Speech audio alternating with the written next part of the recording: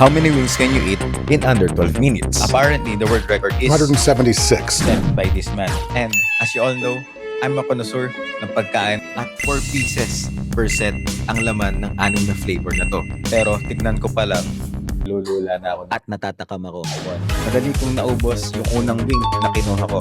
Kaya nasa isip ko, madadalian lang ko. Pero halos 3 minutes na kagad yung lumipas. 3 wings pa lang yung nakakain natin. At ang world record ay 23 wings per minute. At sa kakamadali ko nga ay unti-unti ko nang nararamdaman yung tiyan ko para maanghang ko. At lalo nakahirap ito sa challenge yung maanghang na wings na para bang nasa hot ones ako ni Sean Evans. Kaya naman, kailangan ko lang tumawag ng backup. Naka 7 na ako. Kumain. 4 minutes and 37 seconds remaining. At Parang gusto mong namnamin maigi. kahit na gustong-gusto namin namnamin yung chicken, pinilit talaga namin kumain ng marami at mabilis.